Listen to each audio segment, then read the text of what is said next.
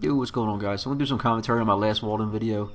I'm just kind of finishing up stuff for the tasks. It's already given me the option to leave Walden Pond and just finish the game, but in this video, I'm gonna finish the last two surveying jobs. With the last one being you actually survey Walden Pond, and I'm gonna edit that heavily because it just has you walk basically around the pond. So I'll edit out the walking and just leave in the survey points. And then I'm going to finish up collecting all of Emerson's books, which I got kind of lucky. Sometimes you'll find them by a fire out in the woods, so I was able to get them there and then hand the books in so I didn't have to go all the way to his house. And then I'm going to use some of that money. I edited out some like side tasks where I earn money, like at Emerson's house, hammering wood to buy the fancy suit. So you buy the fancy suit at the general store in order to lecture in Boston. It's one of the requirements. So to publish all your manuscripts and get that achievement, you have to get the fancy suit and then hand in your manuscript at the post office. And then I thought that was a really good, spot to end the series.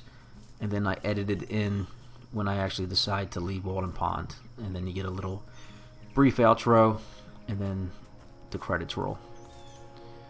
That's it. Any questions, just let me know. See you guys later. Bye.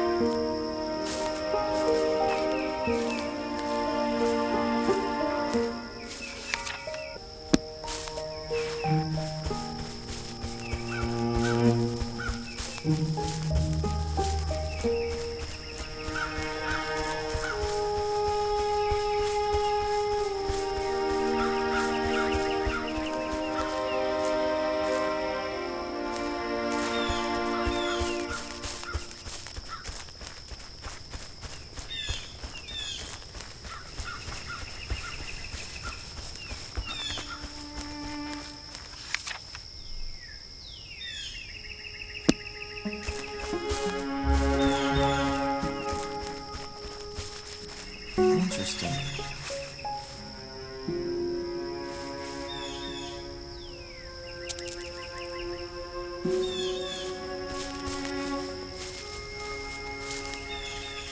I thought, as I have my living to get, and have not eaten today, that I might go a-fishing. That's the true industry for poets. It is the only trade I have learned.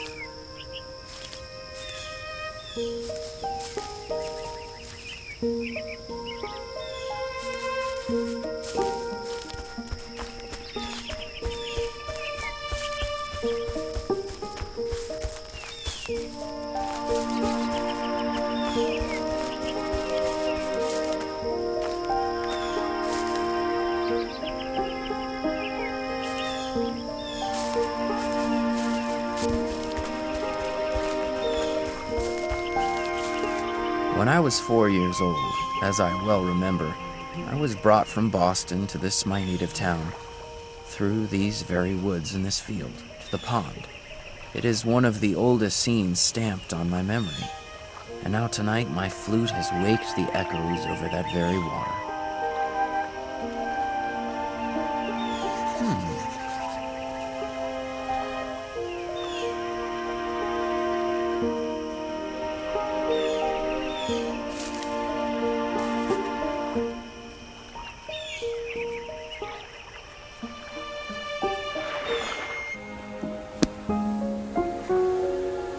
In warm evenings, I frequently sat in the boat playing the flute and saw the perch, which I seemed to have charmed, hovering around me, and the moon traveling over the ribbed bottom, which was strewed with the wrecks of the forest.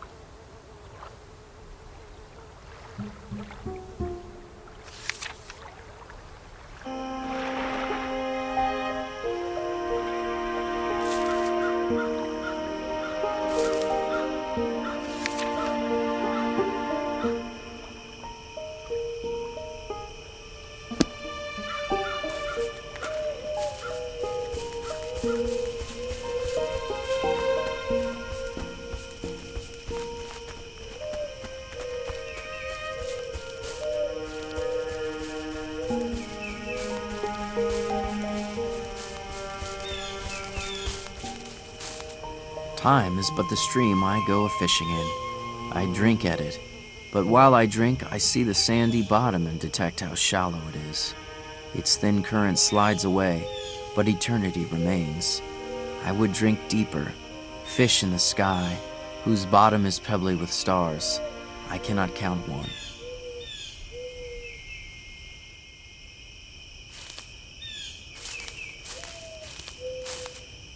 In an hour or two, without labor, but as a recreation, I could, if I wished, catch as many fish as I should want for 2 days, or earn enough money to support me a week.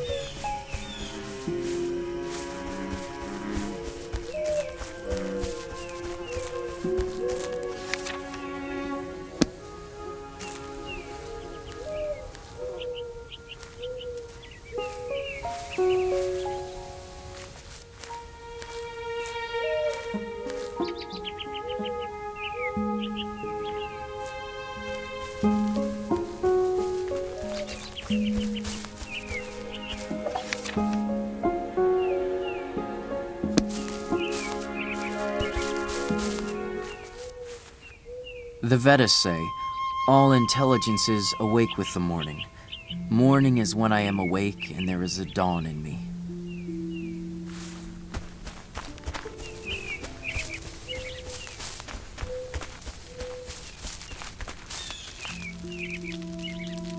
Henry, there you are.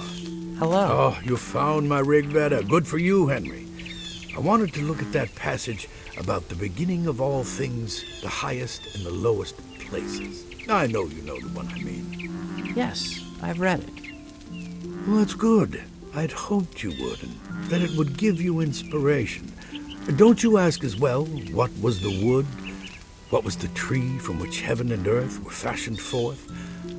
Sometimes I think that you might find that very tree here in the woods of Walden. All of this research is for a new lecture I'm drafting, based on my early essay, Nature. I was rereading it the other day out by the cliff and must have left it there. Have you seen it by any chance? Yes, I have seen it and can get it for you. Oh, that's wonderful. When you come back, we can discuss the passage I'm looking for. I look forward to it. Goodbye for now.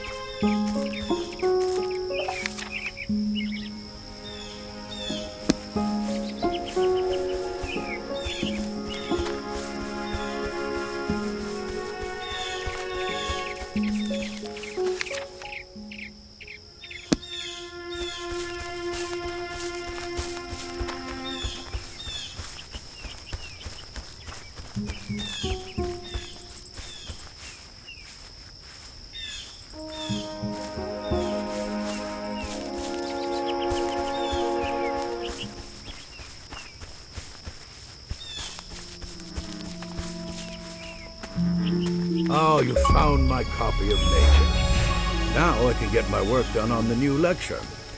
I wanted to look at that passage about going into solitude. I know you know much about this by now, so I hope that the passage might resonate with your experiment. You've been such a good friend to help me, Henry. But now you should get on with your own work. Leave off the huckleberry parties and get back to your time in the woods. You can always come back and use my library if you need inspiration. Farewell.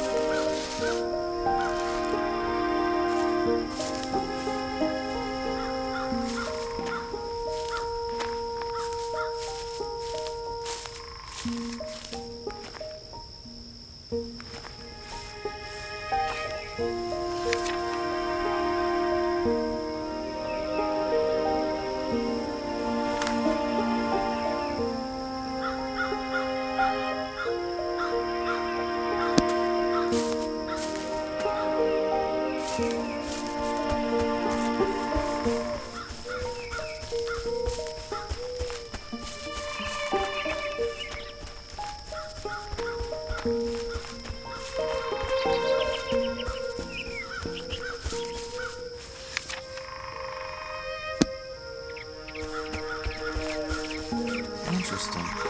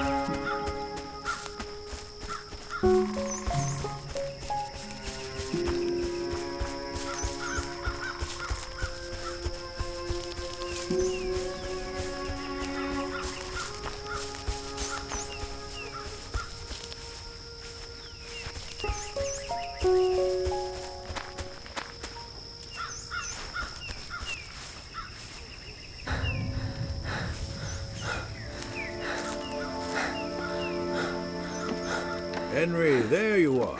Good afternoon. Ah, you're back, Henry. I have much work to do, or I'd go for a walk with you. Feel free to use my library for inspiration as long as you like.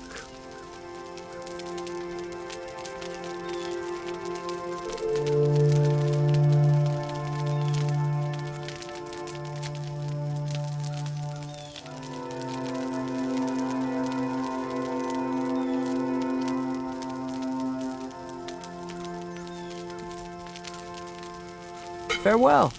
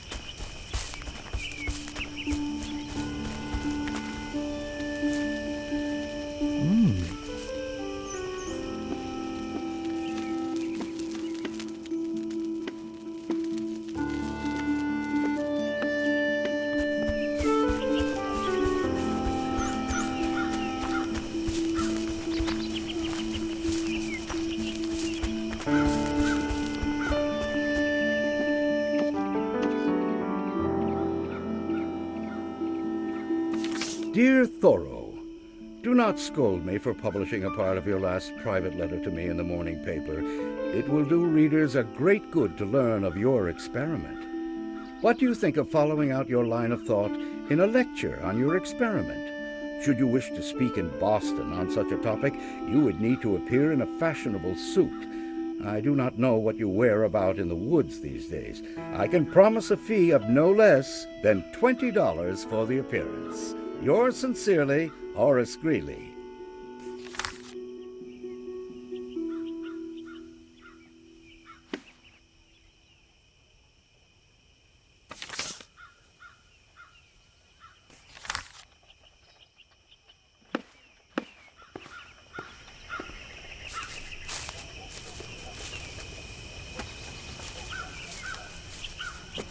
Good evening, Henry. Hello.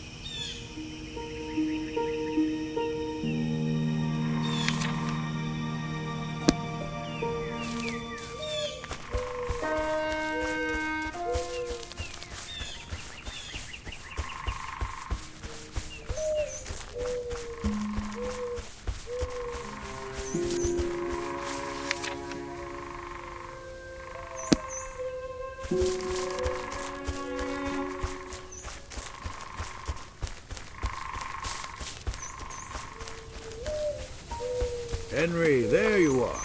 Good morning. Ah, you're back, Henry. Farewell.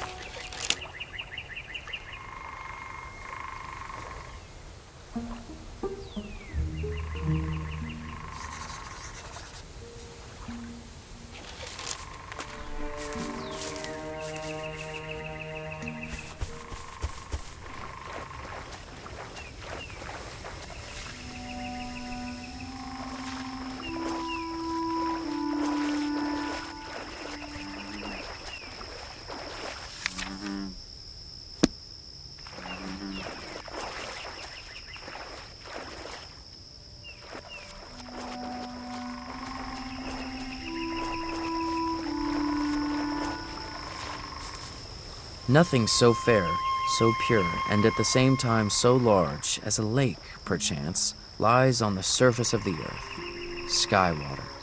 It needs no fence. Nations come and go without defiling it. It is a mirror which no stone can crack, whose quicksilver will never wear off, whose gilding nature continually repairs.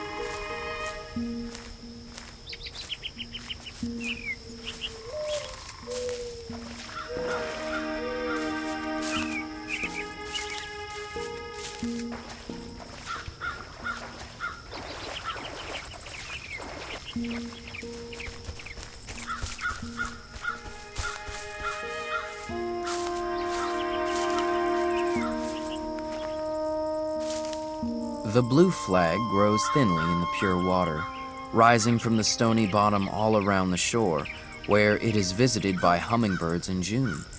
And the color both of its bluish blades and its flowers, and especially their reflections, is in singular harmony with the glaucous water.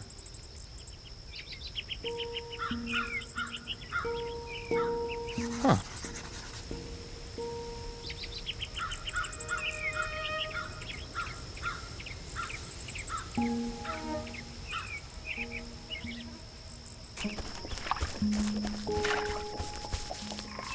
I have actually fished from the same kind of necessity that the first fishers did. Whatever humanity I might conjure up against it was all factitious, and I concerned my philosophy more than my feelings. I speak of fishing only now, for I had long felt differently about fowling, and sold my gun before I went to the woods.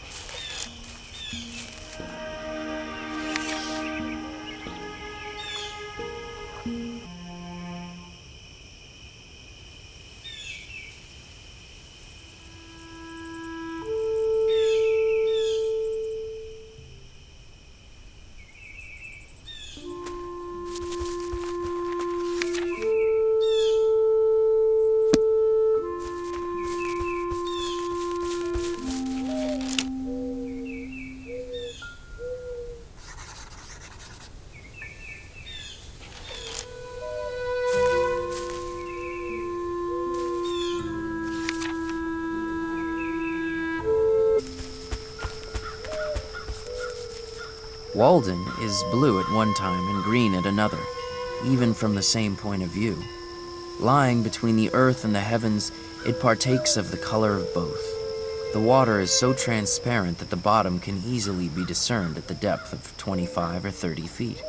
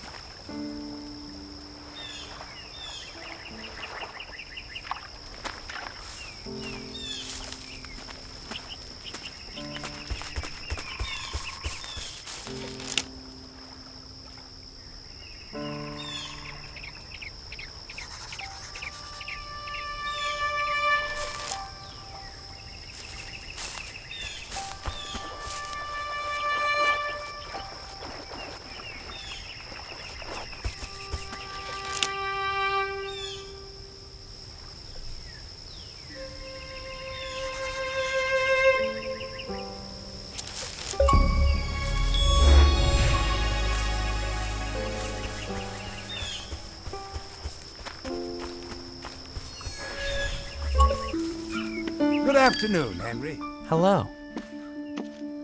What can I do for you?